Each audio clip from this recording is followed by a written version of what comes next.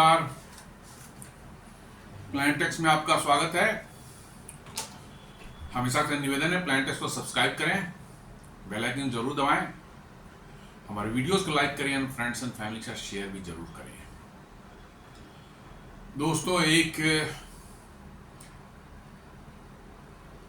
इसके पहले की आज जो डिस्कशन का अपना मुद्दा है कि कैसे यूनाइटेड नेशंस के चीफ जो हैं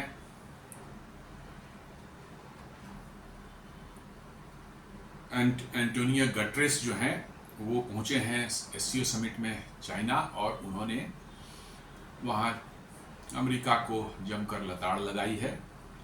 हालांकि यूनाइटेड नेशंस भी फ्रॉड ही है, खुश होने की जरूरत नहीं है।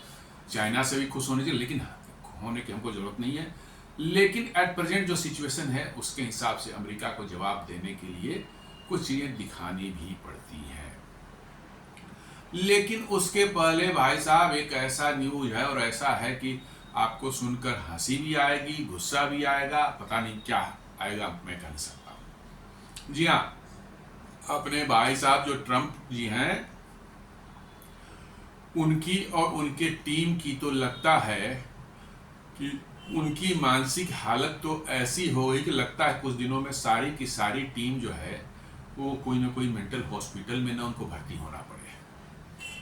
जी हाँ, एससीओ समिट में जो है मोदी, पुतिन और शी जिनपिंग के बीच में बॉनहोमी जो देख रहे हैं, वो पिक्चर्स जो आ रही हैं, और जितने मैंने इन तीनों का जो है दिख रहा है गठजोड़ जो वहां दिख रहा है, उसको देख करके भाई साहब अमेरिका के जो राष्ट्रपति हैं ट्रंप के सबसे प्यारे दुलारे लाडले जो उनके एक एडवाइजर हैं, ट्रेड एडवाइजर पीटर नवारो, उनका एक ट्वीट आया है। उसके बाद तो भाई साहब दुनिया में लोग क्या कहेंगे, इन पर थू करने भी में आपको थूकने में भी शर्म आएगी।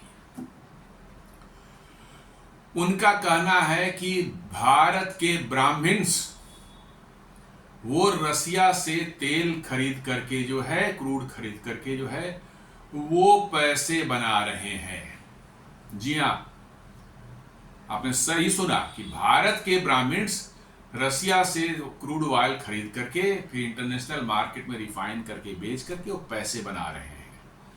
यानी कि ये सब अंबानी अदानी जितने भी हैं वो सबको उन्होंने कन्वर्ट कर दिया जो है ब्राह्मण्स में। अब इस पर आप क्या कहेंगे? मैंने इनकी बुद्धि मारी गई है, इनका जो है नैतिक पतन कितना हो गया है, इनका मैंने मानसिक पतन इतना हो गया है कि आप सोच रहे। पहले उन्होंने एक हिंदू कार्ड खेलने की कोशिश की। 2-3 दिन पहले जो है मोदी जी का एक भगवा वस्त्र में धारण करके वो कहीं ध्यान कर रहे थे, उसकी पिक्चर उन्होंने ट्वीट किया था। हिंदू फोबिक मतलब कि जो है वो ट्वीट था, बिल्कुल हिंदुओं के बीच के लिए हैट्रेड पैदा करने का उन्होंने वो किया था कि हिंदूज जो हैं वो दुनिया के सबसे गए गुजरे मतलब कि जो है गए गुजरे मतलब कि जो है कौम है वो। और अब जो है उससे बात नहीं बनी तो वो आ गए हैं जातिवाद पर। मतलब उनको पता ही नहीं है कि अंबानी अदानी और ये सब जो बड़े बड़े बिजनेसमैन हैं कौन हैं और किस वो है। उनका कहना है कि भारत के ब्राह्मण्स जो हैं वो रसिया से तेल खरीद करके पैसे बना रहे हैं। सोच लीजिए कितनी कुत्सित मानसिकता के हैं। और आप इसको ये जोड़ कर देखें तो भारत के विपक्षी दल भी धीरे धीरे कहीं यही बात कहते हैं। कास्ट सेंसस की बात जो होती है वो क्या है, इनका यहां भी यही है कि भारत के ब्राह्मण ने जो है यहाँ के रिसोर्सेज पर कब्जा कर रखा है, जबकि अंबानी अदानी के सामने दुनिया के बड़े बड़े लोग नहीं टिकते। वो कौन है ये समझने की उन्होंने कभी जरूरत महसूस नहीं की। कितनी गंदी मानसिकता है और कितना उनका मतलब कि घिरा हुआ चरित्र है इन सबों का, आप अंदाजा लगा सकते हैं। मैं कह रहा हूं ना कि जो स्थिति इनकी हो गई है, इनके जो टैरिफ का जो इनका चल रहा है उस पर वर्चुअली दुनिया ने अब ध्यान देना ही बंद कर दिया है। यूरोप को भी ये कह रहे हैं कि तुम भी 50% टैरिफ लगाओ।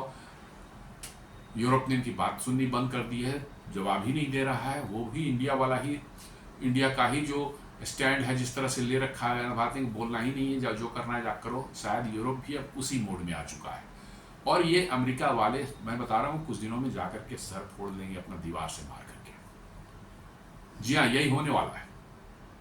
हर चीज एक का अति जब हो जाता है तो अंत उसका होता है और वही मुझे होता हुआ दिख रहा है। अमेरिका के डाउनफॉल का ये बिल्कुल स्पष्ट रूप से शुरुआत हो चुका है। जी हाँ, बिल्कुल। आप देखेंगे जो कि आज से कुछ साल पहले तक अमेरिका ने एक डिक्टेट जारी कर रखा था 1974 से ही कि दुनिया में कोई भी क्रूड ऑयल बिकेगा वो डॉलर के फॉर्म में ही, डॉलर से ही बिकेगा, और नहीं तो उस देश पर हम एक्शन लेंगे। चीन ने सीधे धता बता दी है। उसने लॉन्ग टर्म कॉन्ट्रैक्ट जो ईरान से, रशिया से, सऊदी से, इन सबों से कर रखा है किसी में, युआन में। और उसने जो है अमेरिका से गैस और ऑयल वगैरह पहले जो मंगाता था उसको बिल्कुल बंद कर दिया है। और अमेरिकन की फटी पड़ी है इससे। उनके गल्फ ऑफ मैक्सिको की कोस्ट पर जो उन्होंने टर्मिनल्स वगैरह सब बनाए थे चाइना को, ये सोच कर कि चाइना को हम लंबे समय तक गैस और तेल सप्लाई करेंगे और पैसे छापेंगे, आराम से डॉलर छापेंगे, वो सब बाप कर रहे हैं अभी।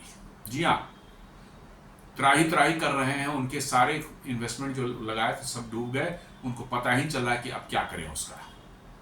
चाइना ने उनके यहाँ से गैस और ऑयल लेना बंद कर दिया।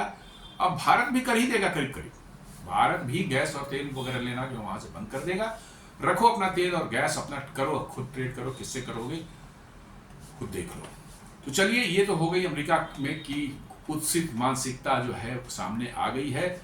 ये मैंने कहा ना, बार बार कहा कि सूट और टाई पहन करके जो है ये अपने आप को सभ्य दिखाने वाले जो है महा असभ्य लोग हैं। और ये बेसिकली लुटेरे, हत्यारे और सब कुछ जो कर सकते हैं आप कर सकते हैं, लुटेरे हैं दुनिया की। किस तरह की बात कर रहा है कि ब्राह्मण्स जो है रसिया से क्रूड ऑयल खरीद करके जो है पैसे बना रहे हैं। इस पर भारत के किसी भी विदेश मतलब कि जो है विपक्ष का नेता जो कुछ नहीं बोलेगा, कुछ नहीं बोलेगा। तो चलिए आगे की बात करते हैं। यूनाइटेड नेशंस के चीफ जो है एंटोनियो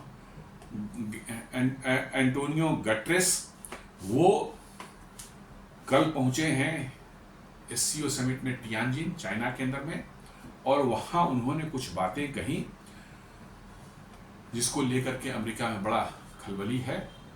और उन्होंने साफ साफ कह दिया है कि अमेरिका जो कर रहा है वो गलत है और चाइना जो है वो मल्टीलैटरलिज्म को जो है प्रमोट कर रहा है, इसलिए दुनिया को चाइना की जरूरत है। हालांकि चाइना भी फ्रॉड है, इसमें कोई दो मत नहीं है, लेकिन एट प्रेजेंट जो है हम कह सकते हैं कि चाइना को सामने रख के चाइना से हमारी जो नजदीकियां बढ़ने के संकेत हम अमेरिका को दे रहे हैं, इससे अमेरिका की जो है हालत थोड़ी बदली हो रही है। China confirms its support for the United Nations at the Shanghai Forum and Guterres praises its role in protecting multilateralism. जी हाँ, चाइना ने कह दिया कि यूनाइटेड, जब ट्रम्प पहले टर्म्स में भी और दूसरे टर्म्स में भी ये यूनाइटेड नेशंस को बिल्कुल कोई वैल्यू नहीं देते हैं। उसके WTO, WHO ये सबको से उन्होंने कहा दफा करो। WHO से तो बाहर ही निकल गए हैं, WTO को भी कहते हैं कि इसका कोई वैल्यू नहीं है, हम इसको नहीं मानते। ये उन्होंने कई बार कह चुके हैं। और इसलिए जो है यूनाइटेड नेशंस की फंडिंग भी बहुत से उसमें रोकी है उन्होंने, और इसको लेकर यूनाइटेड नेशन भी परेशान है कि भैया हमारा खर्चा वर्चा जो है, हालांकि ठीक कर रहा है, वो तो सही कर रहा है, पैसे सब दुनिया से के देशों से पैसे लेके ऐश करते हैं, उड़ाते हैं। यूनाइटेड नेशंस के जितने लोग भी जो है उनका इंटरनेशनल फ्लाइट जो है वो फर्स्ट क्लास में करते हैं। फ्लाइट में भी फर्स्ट क्लास, यहाँ से लंदन का, बाहर से लंदन का किराया 4 लाख रुपये होगा फर्स्ट क्लास का, उसमें ट्रेवल करते हैं। और भारत में जब आएंगे तो जहाँ पर जाएंगे वहाँ पर घूमेंगे किस चीज़ कैसी गाड़ी में, 3 लाख की जो है लैंड क्रूजर गाड़ी में घूमे, टोयोटा लैंड क्रूजर में घूमते हैं। 3 करोड़ की गाड़ी लैंड क्रूजर में घूमते हैं। तो ये तो फंडिंग इनको बंद होनी चाहिए। ये यूनाइटेड नेशन उतने ही मकार है, पूरी तरह से लेफ्टिस्ट और जिहादियों के कंट्रोल में चला गया है। वो पैसे खिलाते हैं और ये सब वही बातें करते हैं। बट फिलहाल अभी चूंकि अब अमेरिका को हमारा एडवर्सरी हो बन चुका है, तो चलो अमेरिका को जो गाली दे रहा है हमारे लिए ठीक ही है। तो जो गटरेस जो है, एंटोनियो गटरेस जो है, वो प्रेज कर रहे हैं चाइना को कि it's role in protecting multilateralism. जी, कहे कि बहुपक्षवाद जो है चाइना उसको प्रमोट कर रहा है, जबकि ये बिल्कुल मैंने फ्रॉड वाला टर्मिनोलॉजी है ये। लेकिन ठीक है, अभी है कि भाई अमेरिका को हमें दिखाना है कि भैया तेरे बगैर भी मेरा काम चल सकता है, तो ये चल रहा है बात ही है। He stressed the urgency of China's support for multilateralism at a time when such principles are increasingly under threat। जी हाँ, वो कह रहे हैं कि उन्होंने स्ट्रेस किया चाइना को, मतलब कि जो है मल्टीलैटरलिज्म प्रमोट करना चाहिए और करने की कोशिश वो कर रहे हैं चाइना, और साथ साथ उनका ऐसे समय में जब कि ये इंक्रीजिंगली जो है अंडर थ्रेट है, मतलब सीधा अमेरिका को बिना नाम लिए हुए अमेरिका पर प्रहार किया है कि अमेरिका जो है मल्टीलैटरलिज्म को जो है बिल्कुल वो समाप्त करना चाहता है, और चीन उसको बढ़ावा दे रहा है, इसलिए चीन का उन्होंने प्रेज किया। तो अभी के समय के लिए तो ठीक है, बट ऐसा नहीं, चीन के साथ, चीन पर हमें भी कभी विश्वास नहीं करना है, ये तो भारत सरकार जानती है अच्छे से जो है, और हम लोग को भी समझना चाहिए। चीन कभी भारत का दोस्त हो ही नहीं सकता, वो उसके अंदर में बहुत भारी मक्कारी भरी हुई है, और वो जो है हमेशा सिर्फ अपने कैसे अपना बेनिफिट लें, कैसे बुली करें, कैसे कब्जा करें आपकी ज़मीन पर, ये उनके दिमाग में है। बॉर्डर इशू को सॉल्व नहीं करना चाहते हैं, उसको बर्निंग मैंने इशू बना के रखना चाहते हैं, और उसको बहाना लेकर के कभी इधर इंट्रूजन करने की कोशिश, कभी उधर इंट्रूजन करने की कोशिश। ये तो कहिए कि पिछले 1-2 बार में जो है, जैसे डोकलाम में हुआ, फिर मतलब कि जो है एक बार डोकलाम अरुणाचल प्रदेश में, वहाँ उनकी पिटाई कस के हुई, और इधर जो है मतलब कि आपको गलवान में जो उनको ज़बरदस्त पिटाई हुई, तब से उनका माथा थोड़ा ठंडा हुआ है, और इस तरह की हिमाकत करने की उनकी हिम्मत नहीं हो रही है। अदरवाइज तो वो तो करते था, हमेशा करते था, हर जगह थोड़े थोड़े दिन पर करते रहते थे। और खासकर इंडिया का कोई डिग्निटरी यदि प्राइम मिनिस्टर जा रहा है चाइना, उसके पहले कर देंगे कि आप जा करके आप जो मेन इशू फोकस करना है, जिस पर प्रेस करना है, उसको भूल करके आप इसी करने चाहिए हमारे यहाँ आप हमारे सीमा में आप घुस रहे हैं, ये सब कर लेंगे, और वो अपनी बात आपसे मनवाएगा। ये इनका यही है, कहियाँ और चालबाज लोग हैं, मक्कार लोग हैं।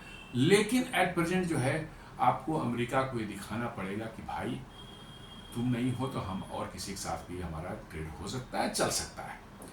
और चूंकि अमेरिका की बदमाशियाँ एक्सट्रीम हो चुकी हैं, अभी एकदम बिल्कुल अलग डायरेक्शन में चला गया है। आप देख ही रहे हैं कि कैसे वो करें कि ब्राह्मण जो है वाल खरीद करके प्रॉफिटियरिंग कर रहे हैं, यानी इससे नीचतापूर्ण बात और तो हो ही नहीं सकती। तो ऐसे में आपको क्या करना है कि भाई ठीक है, चाइना है, रसिया तो हमारा रिलायबल पार्टनर रहा ही है, चाइना से भी ट्रेड चल ही रही है, बॉर्डर डिस्प्यूट को हम हैंडल कर ही रहे हैं।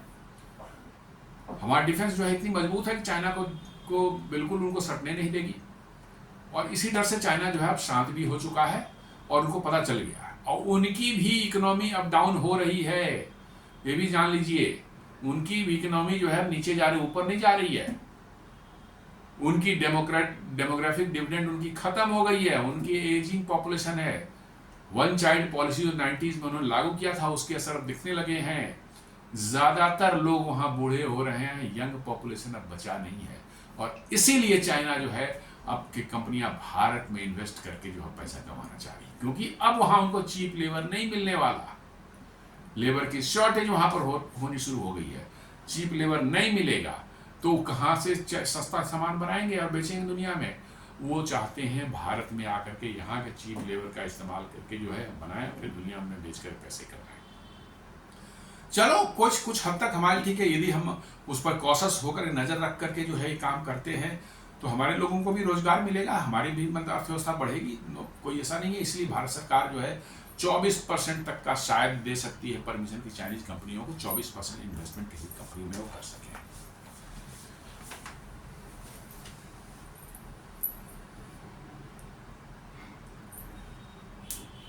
On August 30, 2025, UN Secretary General Antonio Guterres met with Chinese President Xi Jinping in Tianjin during the Shanghai Cooperation Organization Summit ये पिक्चर भी निकल करके आई है और उन्होंने मुलाकात किया और कुछ स्टेटमेंट्स भी दिए हैं। इससे चाइना अमेरिका को बड़ा ज़बरदस्त मतलब कि जो है झटका लगा है। और इन्हीं सबको देख करके जो है मोदी, पुतिन और शी जिनपिंग की जो पिक्चर्स वहाँ मीटिंग में जिस तरह से जो एक्टिविटी हो रही है और जिस तरह से तीनों का जलवा दिख रहा है, इसको देख के अमेरिका को इतनी मिर्ची लगी, इतनी इसकी नवारो आ गया वो ब्राह्मण कार्ड पर खेलने जो है। He stressed the urgency of China's support for multilateralism at a time when such principles are increasingly under threat। उन्होंने कहा कि चाइना को मतलब कि जो है और एग्रेसिवली मल्टीलेटरलिज्म को प्रमोट करना चाहिए, क्योंकि ये प्रिंसिपल जो है अभी जो है अमेरिका का नाम नहीं लिया लेकिन था वही कि अमेरिकन बिहेवियर की वजह से, अमेरिका की बिहेवियर की वजह से अंडर थ्रेट है। He also raised concerns about how commercial interests sometimes blur with diplomacy। मतलब उन्होंने ये भी कहा कि कैसे कभी कभी कॉमर्शियल इंटरेस्ट जो है, पैसा कमाने का जो उनका अमेरिका का जो माने ये है सुरूर है उनके पीछे जो दिमाग में हमेशा पैसा कमाने का, कैसे कभी कभी ये डिप्लोमेसी को चौपट कर देता है। Reinforcing the need for serious multilateral engagement. और वो कह रहे हैं कि ये टाइम है कि मल्टीलेटरल एंगेजमेंट को बढ़ाया जाए, तभी दुनिया शांत रह सकेगी। मोटा मोटी का तो ठीक ही रहा है, लेकिन वो खुद भी मकार ही आदमी है, वो कोई बहुत रिलायबल नहीं, बट गिवन द सर्कमस्टांसेस हमारे लिए तो ठीक है। अभी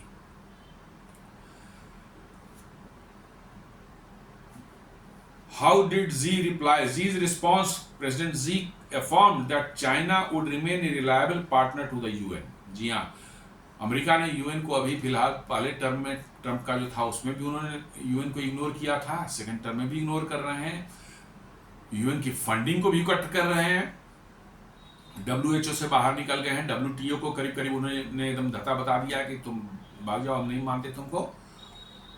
और यूएन को भी फंडिंग उन्होंने कम कर दी है, इससे यूएन में भी पैसे की कमी हो गई है। यूएन में जो लोग हैं उनकी रईसी जो है थोड़ा खतरे में पड़ती हुई दिख रही है, इसलिए भी उनको चिंता है। तो president Xi affirmed that China would remain a reliable partner to the US. ये चाइना कह रहा है कि ठीक है अमेरिका नहीं है तो हम हैं, ये एश्योर कर रहा है कि हम देंगे पैसे आपको, ये नहीं कर रहा पैसे देंगे, बट कह रहा है कि रिलायबल पार्टनर का मतलब वही है कि हम फंडिंग देंगे, लेकिन चाइना ज़्यादा फंडिंग नहीं देगा, थोड़े दिन तक देगा, उसका बंद कर देगा, काम निकल जाएगा बंद कर देगा। Promising continued stability and certainty in global affairs. ये भी कहता है कि भाई मतलब कि जो है हम प्रॉमिस करते हैं कि स्टेबिलिटी एंड सर्टेनिटी जो है ग्लोबल अफेयर्स में बनी रहेगी। And vow to deepen cooperation to advance peace and development. और एडवांस पीस एंड डेवलपमेंट के लिए जो है हम अपने आप को कमिटेड रखते हैं।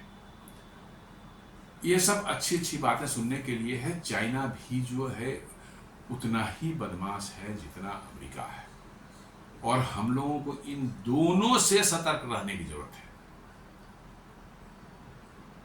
बस एक ही अंतर है कि इस बार जो है अमेरिका का बिहेवियर पहले से थोड़ा सा चेंज है, इन द सेंस कि एक बेवकूफ जो है डोनाल्ड ट्रंप जैसा आदमी जो है, अमेरिका जो चाहता है अंदर से उसको इसने खुलकर सामने ला दिया। मीडिया ट्विटर सोशल मीडिया या मीडिया जो है सबके सामने खुलकर, ये मैं इसकी तारीफ करता हूं कि एटलीस्ट ही हैज डिस्क्लोज कि व्हाट यूएसए वांट्स, और यूएसए के अंदर क्या है। पहले के प्रेसिडेंट ऐसे नहीं होते थे, अंदर में कुछ और है, मीठी मीठी बातें, आपको ऊपर से मीठी मीठी बातें खूब करेगा और अंदर से आपको आपकी जड़ खोदने के लिए वो सारा काम करते रहते थे। इस बार ट्रंप ने एटलीस्ट, मैं कहता हूं कि वी शुड बी मतलब कि हैप्पी अबाउट दिस, या we should thank the Trump कि उन्होंने अमेरिका का असली चेहरा जो है हम लोगों को दिखा दिया है, दुनिया को दिखा दिया है। नहीं तो ये सब ओबामा वगैरह जो है बहुत ही मक्कार थे ये सब, लेकिन बातें इतनी अच्छी और इतनी मीठी करेंगे कि आपको लगे कि आहा, इससे बढ़िया तो कोई आदमी ही नहीं दुनिया में है। और उसी का नतीजा होता है कि लोग ट्रैप में फंस जाते हैं। बहुत से लोग समझते हैं कि हमारा हितैषी है, लेकिन हितैषी कभी अमेरिका किसी का हितैषी रहा ही नहीं है, आप जान लीजिए। यूरोप भी समझ रहा था कि हितैषी है, लेकिन उस अमेरिका ने दिखा दिया कि वो यूरोप का भी हितैषी नहीं है। यूरोप को लगता था कि हम लोग एंग्लो सैक्सन है, वहां पर भी एंग्लो सैक्सन वाले सब हैं, इसलिए हम हमारे साथ बदमाशी कभी नहीं करेगा। बट अब खुलकर अमेरिका आ गया है, यूरोप के साथ भी बदमाशी कर रहा है। तो एटलीस्ट ये तो एक अच्छी बात हुई है कि अमेरिका की का ट्रू कैरेक्टर जो है अब सामने आ गया है, और एटलीस्ट हम लोग उसको देख करके जो है करेक्ट डिसीजन ले सकते हैं फ्यूचर के लिए।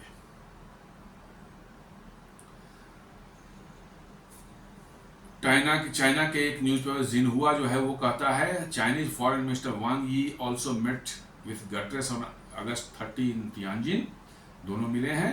ही emphasised the need to enhance the UN, protect multilateralism, and purpose institutional reform to bolster global governance in the context of today's challenges। ये सब मीठी मीठी गुड़ी गुड़ी बातें हैं, दुनिया को सुनाने के लिए है।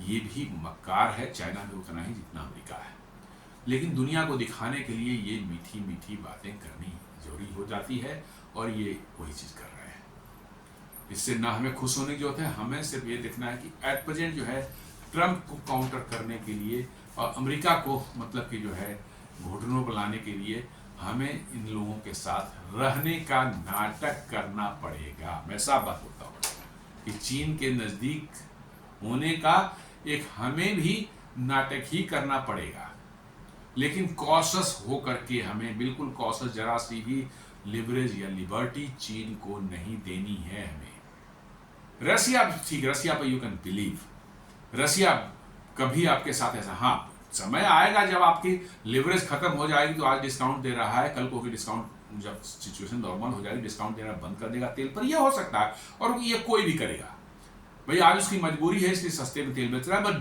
जिंदगी भर सस्ते तेल बेचने का उसने ठेका तो नहीं ले रखा है। यह हो सकता है, यह और होगा भी है। आज से जो 2 साल पहले जब शुरू हुई थी वार और जितना डिस्काउंट देता था वो आज उतना डिस्काउंट नहीं है। आज डिस्काउंट पहले $3 था, अब चल $5 कर रखा है उसने पर बैरल जो है, तो अब उतना डिस्काउंट नहीं है। पहले 12 $20 तक हो जाता था। तो आप ये नहीं एक्सपेक्ट कर सकते भाई अब जिंदगी भर रसिया जो है हमको ऐसे ही तेल देता रहेगा सस्ता। No no no no no no, ये बदल सकता है, लेकिन आप इसको ये नहीं करें कि रसिया अपॉर्चुनिस्ट है। नहीं, रसिया जो है ठीक है, जब आपकी लिवरेज खत्म हो जाती है तो नेचुरली आपसे पैसे ज्यादा ले सकता है उसी चीज के लिए जो है, depending on the market condition. लेकिन वो धोखा देने वाली बात, ये चीन और अमेरिका जैसा जो धोखा देने वाली बात, आपकी जड़ खोदने वाली बात जो होती है, आपके देश में जो है माने अराजकता फैलाना, डिस्टर्बेंसेस फैलाना, अनस्टेबिलिटी फैलाना जो है, ये सब रसिया भारत में नहीं कर। पहले किस जमाने में करता था, जब केजीबी वगैरह थे तो भारत सरकार पर इन्फ्लुएंस रखने के लिए बहुत तरह के उनके हथकंडे होते थे, लेकिन अब वो सब खत्म हो चुका है। अब रसिया जो है वो सब काम नहीं करता, उसके अपनी ही समस्याएं बहुत सी हैं जिसे वो जूझ रहा है। लेकिन ये चीन और अमेरिका, इनका तो काम ही वही है, पूरी दुनिया में कहाँ पैसे दे करके खिला करके जो है कैसे लोगों को, सबवर्सिव एलिमेंट को जो है पैसे खिला करके जो है उनसे डिस्टर्बेंस क्रिएट करवाना, वहाँ तख्ता पलट करवाना, रेजिम चेंज करवाना, ये सब धंधेबाजी इनकी है और आज से नहीं शुरू से इनकी है। और इसलिए जो है हमें इन दोनों से उतना ही सावधान रहने की जरूरत है, इन दोनों से, और धीरे धीरे अपनी स्ट्रेंथ को बढ़ानी है, अपने जो मैन्युफैक्चरिंग को बढ़ानी है, अपना इंटरनल कंजम्पशन को और ज़्यादा बढ़ाने की ज़रूरत है। और भारतीयों से बार बार मोदी जी अपील करें, फिर उन्होंने कहा है कि आने वाला फेस्टिव सीजन में भी शुरू हुआ है गणेश उत्सव के साथ में जो है, और फिर आगे जो है दशहरा आएगी, दिवाली आएगा, छठ आएगा, और भी बीच में कई एक आएंगे छोटे छोटे पर्व जो है। उन्होंने साफ साफ कहा है कि आप इस अवसर पर कपड़े खरीदें, डेकोरेशन के लिए खरीदें, कपड़े जूते खरीदें, कुछ भी खरीद रहे हैं, आप ये जरूर देखें कि ये मेड इन इंडिया है कि नहीं है। अभी उन्होंने कल कहा था, 2 दिन पहले जापान में क्या कहा था कि मुझे फर्क नहीं पड़ता कि पैसा गोरा है या काला है। मतलब कि बाहर से जो इन्वेस्टमेंट भारत में आ रहा है उससे वो ब्लैक मनी है या वाइट मनी है या कहाँ किसका मनी, हमको उससे मतलब नहीं है। तब तक मतलब नहीं है जब तक वो भारत में आकर के जो है इन्वेस्ट करता है और यहाँ के लोगों के लिए रोजगार क्रिएट करता है, मुझे कोई मतलब नहीं है उससे। मतलब कि उन्होंने खुलेआम जो है दुनिया के इन्वेस्टर्स को जो है भारत में इनवाइट किया है कि आइए भारत में लगाइए, आपको जो सुविधाएं चाहिए वो सुविधाएं मिलेंगी। और साथ साथ उन्होंने भारतीयों को भी आह्वान किया है कि भाई आप भी जो है ये इंश्योर करें कि जो चीज़ भी आप खरीद रहे हैं वो एज फार एज पॉसिबल जो है वो भारत में बना हुआ हो, उसमें किसी भारतीय का मेहनत और उसका पसीना लगा हुआ हो, तो आप सच्चे मन उसमें जो है आप अपने देश की सेवा कर रहे हैं। क्योंकि जितनी आपकी डिपेंडेंसी एक्सपोर्ट पर रहेगी, जी हाँ, यदि आप सोचते हैं कि फैक्ट्रीज खुलेंगी और भारत में कंजम्पशन नहीं होगा, आप सिर्फ एक्सपोर्ट करके पैसा कमाते रहेंगे, आपको जो चाइना आज जिस ट्रैप में फंसा हुआ है उसी ट्रैप में आप भी फंसेंगे। आप 1998 में देख लिए सैंक्शन लगा इंडिया पर, पता भी नहीं चला पब्लिक को कि सैंक्शन भी कोई चीज होती है। भारत जैसे चल रहा था, क्योंकि हमारा आंतरिक कंजम्पशन जो है वो बहुत ज्यादा है, 60 से 65% है। 2008 में जो है पूरी दुनिया की इकोनॉमी कहां से कहां चली गई, हमारे यहां आप देख लीजिए भारत में लोगों की आम जिंदगी पर कुछ असर ही नहीं पड़ा, पता ही नहीं चला। थोड़ी बहुत महंगाई 1-8% आगे पीछे होती रहती है, हुई होगी, लेकिन किसी ने नहीं कोई हाय तो बात तो मची ही नहीं। जैसे चला था वैसे ही चलते रहा। मालूम है कि अमेरिका में साहब ये हो गया, कितने बैंक्स बंद हुए, कितनी फैक्ट्रियां बंद हुए, कितने बेरोजगार हो गए। यूरोप का भी वही हालत, चीन का भी वही हालत, क्योंकि एक्सपोर्ट पर डिपेंडेंट थे। भारत में नो, नॉट एट ऑल। थोड़ी बहुत कुछ कंपनियां जो बाहर एक्सपोर्ट से जिनका वास्ता होगा उन पर असर पड़ा हो, थोड़ा शेयर मार्केट्स में सेंटिमेंट्स वगैरह कारण इंडेक्स वगैरह नीचे गए हैं तो गए थे, बट भारत की इकोनॉमी पे कुछ खास फर्क ही नहीं पड़ा था। उस समय भी हम 7-8% से ग्रो कर रहे थे।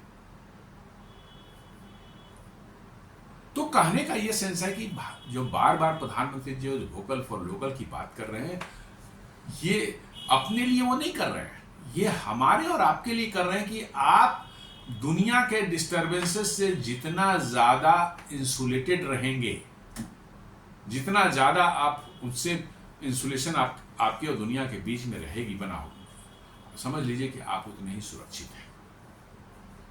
नहीं तो थोड़ा सा बाहर में कुछ होगा, इसी तरह से जो है कोई टैरिफ लगा देगा, कोई आपका एक्सपोर्ट जो है बंद करवा देगा, कहेगा नहीं खरीदेंगे आपकी सामान, आपके लोग सड़क पर आ जाएंगे, आपके लोगों की नौकरी चली जाएगी, आपकी इकोनॉमी की गर्त में चली जाएगी, ये सब शुरू हो जाएगा आपके यहाँ। तो कहने का ये सेंस है कि हमें भी as a citizen of this country जो है इन सब बातों का ख्याल रखना चाहिए, क्योंकि हम अपनी सुरक्षा चाहते हैं तो तभी तक हम सुरक्षित हैं जब तब तक हमारा देश सुरक्षित है। और देश को सुरक्षित रखने के लिए कुछ बातों का ध्यान रखना पड़ता है। मोदी जिसके लिए बार बार याद दिला रहे हैं वोकल फॉर लोकल, उसकी तरफ निश्चित रूप से हमें सीरियसली सोचना चाहिए। मैं तो सोचता हूं, मैं तो ऑनलाइन में कोई परचेज करने की बात आती है, पहले कंट्री ऑफ ओरिजिन देखता हूं, यदि उसमें किसी तरह का भी डाउट रहता है कि नहीं ये इंडिया का बना हुआ नहीं है, I simply drop that idea. कोई अल्टरनेट इंडियन मिल गया तो ठीक है, अदरवाइज मैं ड्रॉप ही करता हूं, सामान लेता ही नहीं। What this mean for USA, America के लिए क्या ये संदेश है? USA was the pillar of multilateralism till now. अभी तक जो माना जाता है कि यूएस जो है मल्टीलेटरलिज्म का पिलर है, कि हर देशों से साथ भी संबंध रहेंगे, उसके साथ भी रहेंगे, सबों के माने अलग अलग ग्रुपिंग के साथ रहेगा। अब क्या है, this signals that the US is no longer seen as the automatic leader of the global order. Signal ये है कि भैया अब अमेरिका आप जो है ऑटोमेटिकली बाय डिफॉल्ट जो है अमेरिका के दुनिया के जो ग्लोबल लीडर नहीं है। जी हाँ, मतलब ये साफ सिग्नल दिया जा रहा है। अभी यूनाइटेड नेशंस के जनरल सेक्रेटरी जनरल को बुलवा करके वहां पर जो है मैसेज दिलवाया जा रहा है। वो तो बुलवा करके दिलवाया गया मैसेज, ऐसा नहीं है कि पब्लिक खुद से बोल रहा हो, क्योंकि यूनाइटेड नेशन बहुत बुरी तरह से चाइना के इन्फ्लुएंस में आ चुका है। जी हाँ, आपने देखा होगा कैसे कोविड के दौरान जो है जो WHO का जो चीफ था टेड्रोस, जो है इथियोपिया का या कहीं किसी अफ्रीकन कंट्री का था, उसका बिहेवियर आपने देखा था, हाउ मतलब कि जो है कैसे वो बिहेव किया था उसने। भारत के कोवैक्सीन को जो है उसकी सर्टिफिकेशन जो उसको अप्रूवल जो है उसने नहीं ही दिया, उसने ही अप्रूवल होने दिया उसका, जबकि दुनिया देख रही थी, भारत में देखा कि कोवैक्सीन जो भारत में बना हुआ कोवैक्सीन जो था वन ऑफ द बेस्ट मतलब जो है वैक्सीन था उस समय कोरोना के अगेंस्ट में जो है। आप देख लें फाइजर का कितने उससे साइड इफेक्ट हुए, कितने लोग ने वहां केस हुए और एक्सेप्ट करना पड़ा फाइजर को कि हाँ इसमें गड़बड़ियां पाई गई थी, हम लोगों ने जल्दीबाजी करी था। कितने डेथ हुए अमेरिका में, ये लगने के बाद भी डेथ हुए, और लगने के बाद जो है जब कोविड खत्म हुआ तो इसका जो है साइड इफेक्ट्स की वजह से कितनी कॉम्प्लिकेशन अमेरिका में हुई। बहुत से केसेस हुए थे अमेरिका में जिसके हजारों हजार करोड़ के जो है इसने कंपेंसेशन लोगों के को फाइजर ने दिया था। बट कोवैक्सीन के बारे में देख लीजिए इसकी लेकिन वो टेड्रोस जो था WHO चाइना के इन्फ्लुएंस में जो है, पहले तो है कि उसने चाइना के इन्फ्लुएंस में कभी उसको ये डिक्लेयर ही नहीं होने दिया शुरुआती दौर में कि भाई ये कोई पेंडेमिक है और फैल रहा है लोगों के बीच में फैलता है, मतलब कि महामारी टाइप की चीज़ है, ये नहीं होने दिया उसने। नहीं ये लोकल है, लोकल लेवल पर थोड़ा बहुत है, बॉडी टू बॉडी कंटेक्ट आने पर हो जाता है, ये छींकने उगने पर कुछ है, जहाँ गिरे ड्रॉपलेट्स गिरते हैं उसको कोई टच कर लिया। उसने ये नहीं डिक्लेयर होने दिया कि हवा से फैलती है, ये आपकी सांसों से निकलती है, उसने नहीं इसको डिक्लेयर हो दिया। ये डिक्लेयर हुआ बहुत लेट, तब तक सारी दुनिया जो कोरोना के चपेट में आ चुकी थी, और ये सारा कुछ हुआ था किसके कहने पर? चाइना के कहने पर। और ये भी जान लीजिए कि इसमें सिर्फ चाइना ही कल्प्रिट नहीं था, ये रिसर्च करवा कौन रहा था?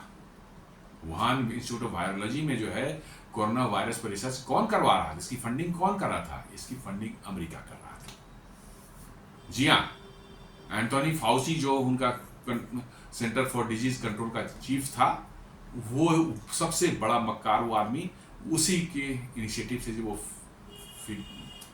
फंडिंग हुई थी वुहान इंस्टीट्यूट ऑफ वायरोलॉजी को, और उसका नाम क्या दिया गया था? Gain of function research. मतलब कि हम एडवांस में किसी बीमारी के बारे में जान लेंगे कि ये बीमारी आएगी, हम उसके लिए तैयार रहेंगे, इसके लिए मैंने गेन ऑफ फंक्शन का मतलब कि जो वायरस नहीं है या वैसा वायरस अभी एग्जिस्ट नहीं करता है, हम मैनिपुलेट करके लैब में वैसा वायरस बनाएंगे और हम पहले से जानकारी रखेंगे और उसके लिए वैक्सीन तैयार करके रखेंगे और सारी दुनिया को फैला करके फिर अपनी वैक्सीन बेचेंगे। यही प्लान था अमेरिका का और चाइना का, उसमें सही, और सबसे ज्यादा फंसे हैं यही दोनों फंसे हैं इसमें। भारत में क्या हुआ? ठीक है 2-3 लाख लोग मरे, बड़ी अफसोस की बात है, कितने लोगों की जान गई, लेकिन अमेरिका में कितने मरे? 4 मिलियन। चाइना में भी करीब करीब उतने ही मरे हैं, लेकिन चाइना की न्यूज दबा दी गई है, और चाइना की इकोनॉमी उसके बाद जो गिरी है सो आज तक उठी नहीं है। अमेरिका भी उस समय जो फंसा उसमें तब से जो है रिकवरी उसकी भी जो है भारत को रिकवर कर गया अच्छे से, इकोनॉमी भी रिकवर हो गई, लोग भी रिकवर हो गए अच्छे से। तो गेन ऑफ फंक्शन रिसर्च किसने करवाया था? अमेरिका ने। फंडिंग किसने की थी? अमेरिका ने की थी। इसका मतलब है दोनों ही मिले हुए थे। अभी यूक्रेन में जब रशिया वार शुरू हुआ तो क्या निकल कर क्या है, वहां 12 या 13 जो है मतलब कि जो है माइक्रोबायोलॉजी के रिसर्च लैब्स जो है अमेरिका के वहां चल रहे थे। क्यों चल रहे थे? यूक्रेन में क्यों चल रहे थे भाई? बायोलॉजिकल लैब जो है, आप अमेरिका में इतनी आपकी इच्छा हो, माने ये हो, इतना आपको उसकी जरूरत हो, अमेरिका में क्यों नहीं आप खोलते? कुछ लोगों को रोजगार भी मिलेगा उसमें। यूक्रेन में खोलेंगे, यूक्रेन में खोल के ये सब बेसिकली क्या है कि अमेरिका में करेंगे तो जो है थोड़ा डेमोक्रेटिक कंट्री है, थोड़ा सा लोग जो है जानकारी जो है ज़्यादा छुप नहीं पाती, तो वो वहाँ पर डिक्लेयर हो जाए कि ये क्या रिसर्च कर रहा है, कौन क्या कर रहा है। यूक्रेन में बिल्कुल बियाबान में रिमोट में जाकर के हम करेंगे, छुपा रहेगा, और उसके बाद जो है उसका इस्तेमाल जरूरत पड़ने पर करेंगे। जी हाँ, ये कोविड जो है अमेरिका और चाइना दोनों मिल करके जो है दुनिया को घुटनों पर लाने के लिए उन्होंने किया था, और अनफॉर्चुनेटली कहा गया है कि जो गड्ढा खोदता है दूसरे को खुद गिरता है, बिल्कुल वही हुआ। उन्होंने दुनिया को घुटनों पर लाने के किया था, खुद घुटनों पर आ गए। और अमेरिका को की हालत ये थी कि उस समय उनको $3 ट्रिलियन का जो है छापना पड़ा जो है डॉलर, और तब से महंगाई और ये सब चीज़ें जो पकड़ी है ने अमेरिका को ग्रिप में लिया है, वो उससे निकल नहीं पा रहे हैं। तो वही कह रहे हैं कि this signals that the US is no longer seen as the automatic leader of the global order. Its credibility has eroded due to trade wars, unilateral sanctions and Trump's tariff policies. ये कह रहा है कि it's credibility खत्म हो गई है इसकी ट्रेड वार की वजह से। यूनिलेटरल जब मर्जी तब किस पर सैंक्शन लगा देंगे। हमें तो लगता है कि अब दुनिया को अमेरिका को पर सैंक्शन लगाना चाहिए, दूसरे देशों को अमेरिका पर सैंक्शन लगाना चाहिए, तब इनका अकल ठिकाने आएगी। ये किसी पर सैंक्शन लगा देंगे, इनका सैंक्शन पता नहीं क्या मतलब हो। एंड ट्रम्प्स टैरिफ पॉलिसीज जो है ये अमेरिका की क्रेडिबिलिटी को बिल्कुल खत्म कर चुका है। और सच्चाई है, इसमें कोई मतलब कि जो है दाएं बाएं कोई सोचने की बात नहीं। सच्चाई है कि अमेरिका की क्रेडिबिलिटी जो है आज के दिन में जीरो है। जी हाँ, जीरो। उस अमेरिका पर भरोसा बिल्कुल नहीं कर सकते आप।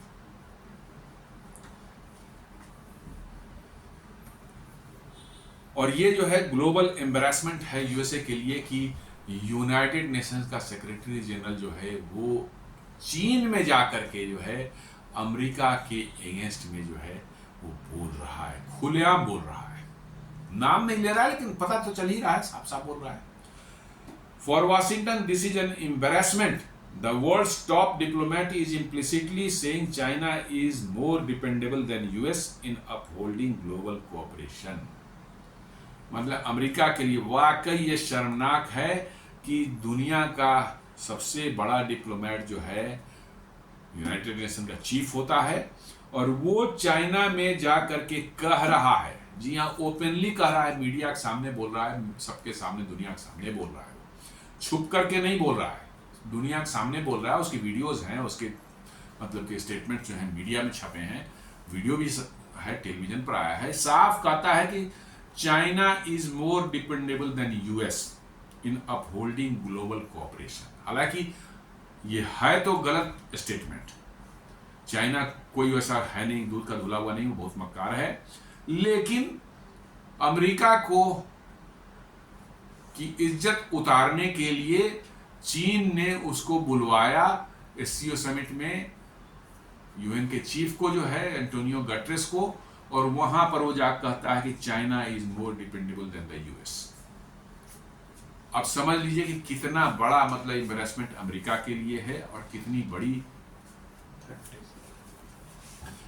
बड़ी मतलब शर्मिंदगी उनको इससे होनी चाहिए या हुई होगी। The US often accuses Beijing of undermining rule-based order, but Guterres essentially endorsed China's line that Beijing's protecting the UN Charter, stability and peace. हमेशा से अमेरिका जो है चाइना कहता है कि भाई चाइना जो है रूल बेस्ड ऑर्डर जो दुनिया का है उसको नहीं फॉलो करता है, एक्यूज करता रहा हमेशा। और सच्चाई इसमें है, इसमें सच्चाई है। लेकिन गटरेस जो एंटोनियो गटरेस जो है वो वहां जा करके जो अमेरिका चाइना के लाइन को ही इंडोर्स कर देते हैं कि नहीं चाइना ही ठीक है, that Beijing is protecting the UN charter, stability and peace. लीजिए, वो कहता है कि बीजिंग जो है, चाइना जो है यूएन का चार्टर, स्टेबिलिटी एंड पीस उसको प्रोटेक्ट कर रहा है, जबकि उसी यूएन के जो है साउथ चाइना चीफ के ऊपर जो उसने जो रूलिंग दिया था उसको चाइना ने मानने से इनकार कर दिया था। लेकिन समय बदल गया, पैसे खा करके जो है चाइना पैसे खाकर बोल रहा है और अमेरिका को ह्यूमिलिएट कर रहा है वहां से। एक्चुअली क्या है कि जहां से पैसे मिलते हैं उसी की तो भाषा बोलता है लोग आज के दिन में। उसको चाइना से पैसे मिल गए हैं, वो चाइना की भाषा बोल रहा है। अमेरिका पैसे दे नहीं रहा है उसको आज के दिन में जो है, तो अब वो चाइना की भाषा बोल रहा है। Shifting balance in global south, many developing countries already see the US as self-interested and coercive. Sanctions, tariffs, military pressure, पर ग्लोबल साउथ के लोग हैं, कंट्रीज जो हैं वो देख आज के दिन में यूएस को देखते कि उनका खुद अपना का सेल्फ इंटरेस्ट है और दुनिया के बारे में नहीं सोचते, और साथ साथ जो है जबरदस्ती करने वाली जो है उनकी गुंडागर्दी करने वाली टेंडेंसी जो कि sanctions, tariffs and military pressure के रूप में आता है, उससे त्रस्त आ चुके हैं। Guterres strengthens the case that China, not the US, is a reliable partner for the global south. अब ये गटरेस ने जो बोला है चाइना के लाइन को जो इंडोर्स किया है, उससे साफ ये होता है कि China not the US is a reliable partner. कहता है कि चाइना है रिलायबल पार्टनर है, अमेरिका नहीं है। वैसे ही दोनों ही रिलायबल पार्टनर नहीं है, चाइना भी नहीं है, लेकिन ये पैसा खाकर उसके फेवर में बोल रहा है। गटरेस जो है पैसा खाया, चोर हैं सब, ये चोर हैं, यूनाइटेड नेशन वाले सब चोर होते हैं, पैसे लेकर के जो है कुछ भी करते रहते हैं। तो ये जो है बोल रहा है कि चाइना रिलायबल पार्टनर है, अमेरिका नहीं है for the global south, whether through the SCO, BRICS और बेल्ट एंड रोड। लीजिए तीनों का नाम ले लिया कि एससीओ के थ्रू हो रहा हो, चाहे ब्रिक्स है, चाहे बेल्ट एंड रोड इनिशिएटिव है, किसी में भी अब देख लीजिए चाइना कोऑपरेट कर रहा है दुनिया के साथ, अमेरिका नहीं कर रहा है। मतलब कि अमेरिका में जिस यूएन का हेडक्वार्टर है उसका चीफ जो है चाइना में बैठ के खुलेआम अमेरिका को गालियां दे रहा है, और अमेरिका जो है चुपचाप बैठ के सुनने के अलावा उसके पास कुछ नहीं, या तो मृत्यु चाहनी है, अमेरिका भी गालियां निकालेगा। पीटर नवारो ने तो कही दिया कि ब्राह्मण्स जो है रसिया से तेल खरीद कर पैसे अरे कितना बड़ा मक्कार ये आदमी हो सकता है कि ब्राह्मण्स जो है रसिया से तेल खरीद करके जो है पैसे कमा रहे हैं। इसको पता ही नहीं कि अंबानी अदानी को दिस टू मच भाई। उस कैसा बने थर्ड क्लास आदमी है वो, और ऐसे ही थर्ड क्लास लोग जो है ट्रंप के इर्द गिर्द भरे हुए हैं। सबसे खास बात ये है, आप स्कॉट बेसेंट को ले लें जो कि जॉर्ज सोरोस के साथ काम किए हुए है, जो है आप पीटर नवारो को ले लीजिए, इवन आपको जो है आपका जो उसको मार्को रूबियो जो है उसका सेक्रेटरी ऑफ स्टेट है, वो भी है। शुरू में तो लोगों को लगा था नहीं अच्छा आदमी है, नहीं अच्छा नहीं है, ये सब सड़क छाप छपरी है सभी। इनको ना पॉलिटिक्स का ज्ञान है, न डिप्लोमेसी का कोई ज्ञान है, न एक्सपीरियंस है। ये लूटपाट का धंधा करते रहे हैं, और जहां भी लूटपाट में कोई खलल आएगी वो गाली गलौज पर उतर आते हैं। जी हाँ, लूटपाट में आप खलल डाल देते हैं किसी तरह से तो वो गाली गलौज पर उतर आते हैं, उसी टाइप के सब लोग हैं। लेकिन ठीक है, मेरा कहना है कुछ ज्यादा अच्छा है, कम से कम गाली गलौज करके अपना आपको एक्सपोज तो करते हैं, बताते हैं कि उनका इंटेंशन क्या है। पहले वाले एडमिनिस्ट्रेशन जो था बाइडेन का था, वो मोहम्मद था, वो लोग क्या है कि चुपचाप रह करके आपको वही डैमेज करेंगे जो अभी कर रहा है ये, लेकिन ऊपर से दिखाएं कि हम बड़े आपके माने हितैषी हैं, बहुत अच्छा आपके बारे में अच्छा सोचते हैं। तो मैं तो ट्रम्प को कहता हूं भैया ये नंबर 1 आदमी है, 1 नंबर का आदमी, कम से कम जैसा वो सोचता है वैसा दिखा रहा है। This shift reduces US leverage in Asia, Africa and Latin America. कहता है कि ये शिफ्ट जो हो रहा है इससे अमेरिका की लिवरेज जो है एशिया मतलब अफ्रीका और लैटिन अमेरिका में जो है बिल्कुल कम होते जा रहा है धीरे धीरे। Big win for India and Russia also. The UN chief's endorsement of China's multilateral role at the SCO forum gives legitimacy to the entire SCO group in China, Russia, India and Central Asia with few members from the Middle East also। कह रहा कि चूंकि उस grouping को उन्होंने कह दिया कि ये सब सही चल रहा है, यहाँ पर बिल्कुल दुरुस्त चल रहा है, तो ये लोग भी उसके पार्ट हैं और बहुत बड़े मेंबर्स हैं रसिया और इंडिया जो है, तो इनके लिए भी है चलो भैया अमेरिका को जो एम्बेरस करना है तो अच्छा मौका है ये। For Washington this is dangerous. The UN itself is acknowledging the SCO as a serious platform for global governance, not for just a regional hub। लीजिए ये तो भाई साहब बहुत बड़ा झटका अमेरिका को लग रहा है कि कर रहा है कि UN itself is acknowledging, UN खुद एक्नॉलेज कर रहा है कि SCO एक सीरियस प्लेटफॉर्म है ग्लोबल गवर्नेंस के लिए। जी हाँ, कह रहा कि ग्लोबल गवर्नेंस के लिए जो है एससीओ खुद एक सीरियस प्लेटफॉर्म है, ये सिर्फ एक रीजनल मतलब हब नहीं, क्लब नहीं बना हुआ है। मतलब कि यूनाइटेड नेशंस खुद अब कह रहा है कि यूनाइटेड नेशंस इनइफेक्टिव है और एससीओ जो है बढ़िया काम कर रहा है ग्लोबल गवर्नेंस में, ग्लोबल ऑर्डर को बनाने में जो है। ये अमेरिका के लिए कह सकते हैं कि एकदम क्या कहते हैं डूब मरने वाली बात है। जी हाँ, कि उन्हीं के देश में जिस इंस्टीट्यूशन जो है यूनाइटेड नेशन का हेडक्वार्टर है उसका चीफ जो है चाइना में जाके पैसे खा करके जो है वो खूब आराम से बोल रहा है कि भैया अब ग्लोबल ऑर्डर जो है बना रहा है उसमें एससीओ ही बनाएगा, यही सब एससीओ ब्रिक्स वगैरह बनाएंगे ग्लोबल साउथ वाले, हम लोग का कोई काम नहीं है, अमेरिका का कोई इंपॉर्टेंस भी नहीं है उसमें, अमेरिका की जगह भी नहीं है।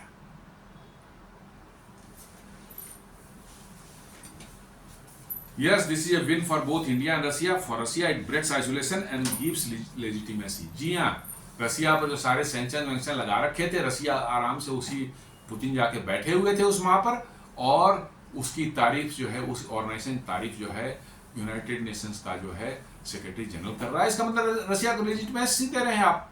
नहीं तो कायदे से उस पर सैंक्शन लगी हुई है तो वहाँ पर उनको जाना ही नहीं चाहिए था। ये भैया पुतिन वहाँ बैठा हुआ है, उस पर सैंक्शन है, उसके arrest warrant international criminal court ने निकाल रखा है, मैं वहाँ नहीं जाने वाला।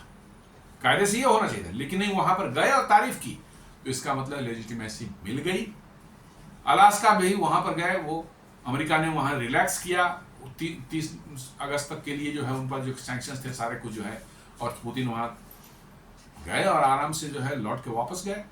तो इसका मतलब लेजिटिमेसी अपने आप अमेरिका और अदर लोग दे रहे हैं रसिया को। चलिए अब इसको मैटर को यहीं छोड़ते हैं। एक और छोटा सा मैटर है जो कि बड़ा मजेदार है। ये निकल के आया है कि India becomes Ukraine's top diesel supplier एमिड US tariff over Russian crude report. भाई साहब ये तो कुछ एंटी क्लाइमेक्स होते जा रहा है। ये एंटी क्लाइमेक्स बिल्कुल है कि भाई यूक्रेन लड़ रहा है रसिया से, अमेरिका कह रहा है कि भाई भारत फंडिंग कर रहा है रसिया को, रसिया से तेल खरीद करके और उसको रिफाइन करके बाहर बेच रहा है, और जब बाहर बेच रहा है तो यूक्रेन का सबसे बड़ा डीजल सप्लायर जुलाई के महीने में कौन था? भारत था। ये तो कमाल है। एक तरफ कह रहा है कि सब भैया तो यूक्रेन की फंडिंग, भाई यूक्रेन मान लीजिए रशिया फंडिंग कर भी रहा है इंडिया, मान लिया जाए एक थोड़े समय के लिए जो है, तो भाई हम तो यूक्रेन को भी हेल्प कर रहे हैं, उसको भी लड़ने के लिए डीजल दे रहे हैं। बट डीजल के बिना तो लड़ाई हो नहीं सकती। उनके व्हीकल चलेंगे, टैंक्स चलेंगे, एंटी आर्मर्ड पर्सनल कैरियर चलेंगे, सारी गाड़ियां चलेंगी, वो तो डीजल ना रहता ठप हो जाए 2 दिन के अंदर में। और हम उनका 15.5% बोलता है कि India has overtaken other suppliers to become Russia's largest source of diesel in July 2025, accounting for 15.5% of imports. मैंने यूक्रेन के डीजल की टोटल रिक्वायरमेंट के जो है 15.5% जो है रसिया भारत से उसको मिल रहा है, भारत से मंगा रहा है। कमाल है। According to Nafto Rynok, a Ukrainian oil market analyst, ये वही की रिपोर्ट है, यूक्रेन का ही रिपोर्ट है, Ukrainian oil market analyst, daily shipment average 2700 tons among India's highest monthly export figures this year. मतलब कि जुलाई महीने में वो 2700 टन पर डे खरीद रहा था भारत से डीजल।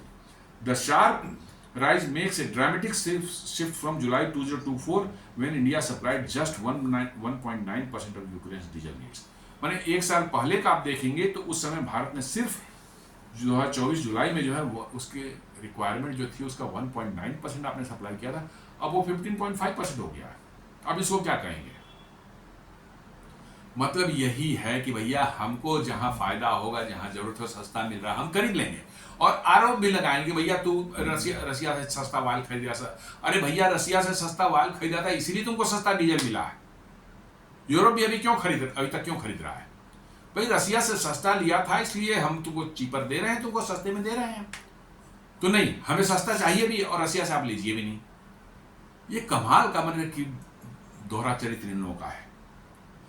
जो रूट्स कैसे सप्लाई हुआ है यूक्रेन को, Indian origin diesel is reaching Ukraine through multiple channels, a significant portion arise via tanker deliveries along the Danube from Romania. Romania पहले जाता है और रोमानिया में कोई दानुबे कोई जगह है, वहां से जो है वो टैंकर से जो है यूक्रेन पहुंचा दिया जाता है। Additionally cargo is routed through Turkey's Marmara port, Turkey में कोई मरमारा पोर्ट है वहां डीजल जाता है, a pathway that continues to operate despite partial sanctions. वहां से फिर तो टर्की से जो है चला जाता है यूक्रेन। तो कमाल का है भाई। एक तरफ गालियां भी दे रहे हो कि भैया रसिया से सस्ता तेल ले रहा, तो तुम नहीं खाई। यही तो जयशंकर जी ने बोला था अभी 4 दिन पहले कि भाई आपको पसंद नहीं, आप ना खरीदें हमसे। नहीं खरीदेंगे अभी और गालियां भी देंगे।